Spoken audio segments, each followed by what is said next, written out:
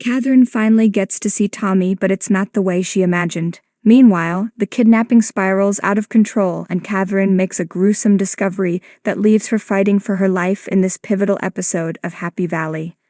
After searching the house where Tommy and Lewis were holding Anne, Catherine sneakily gets her boss to have CSI gather evidence, even though she blatantly broke in to look for any reason to put Tommy away forever. During her search to find out who owns the house, she approaches Ashley's wife, Julie, who happens to have the house in her name. After Catherine leaves, Julie calls Ashley to warn him Catherine is coming and that there's going to be hell to pay if he started up any of his old habits again. Her and Kevin's wife, Jenny, would have a lot to talk about. Speaking of Kevin is quickly unraveling at the seams and desperate to come up with a plan that will give him a way out when the proverbial crap hits the fan.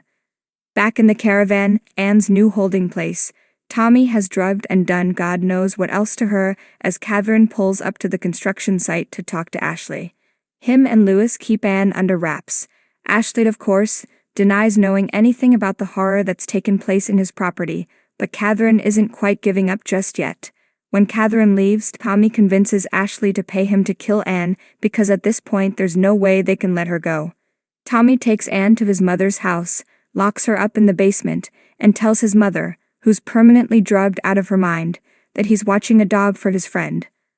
When Catherine is making her rounds trying to figure out a way to put Tommy away, she's still unaware of his involvement in the kidnapping. She stops at his mother's house, where his release papers say he's supposed to be staying, and leaves her card with his mother, who doesn't know what day it is. Just as Catherine's leaving, Tommy's mother asks if Ryan is Tommy's because that's what all the smackheads around town are saying. Catherine angrily denies everything, warning her to get the idea out of her head. The next day, Tommy meets Catherine and Ryan after school and shouts at Ryan that he's his dad. Catherine does all she can to get him away, but not before Tommy drops some interesting news. He didn't rape Catherine's daughter, Becky. Whether we can believe this psychopath who just got done raping the girl he helped kidnap is obviously up in the air, but the sincerity in his face was undeniable. Helen Gallagher, Anne's mom, cracks and confides in Catherine and her sister, Claire, about Anne's abduction. Catherine immediately gets a detective on the case and does some digging of her own by revisiting Tommy's house. When Tommy's cocked-out mother opens the door, she spills the beans about Tommy's dog down in the basement, sending up a red flag for Catherine. She storms in to find Anne tied up, but still very much alive, frantically trying to escape. As luck would have it, Tommy comes home and first headbutts his ONMOTER before proceeding to beat the living crap out of Catherine, who doesn't carry a gun for some reason.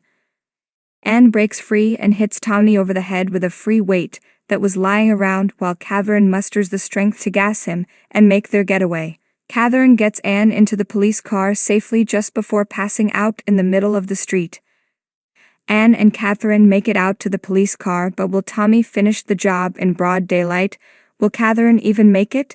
As far as all of the heroin and cocaine are concerned, the higher-ups of the police department are definitely covering up something.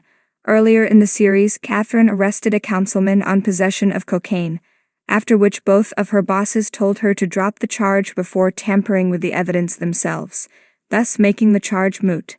Next episode, expect to find out where the drugs are coming from thanks to the confession of an unlikely source.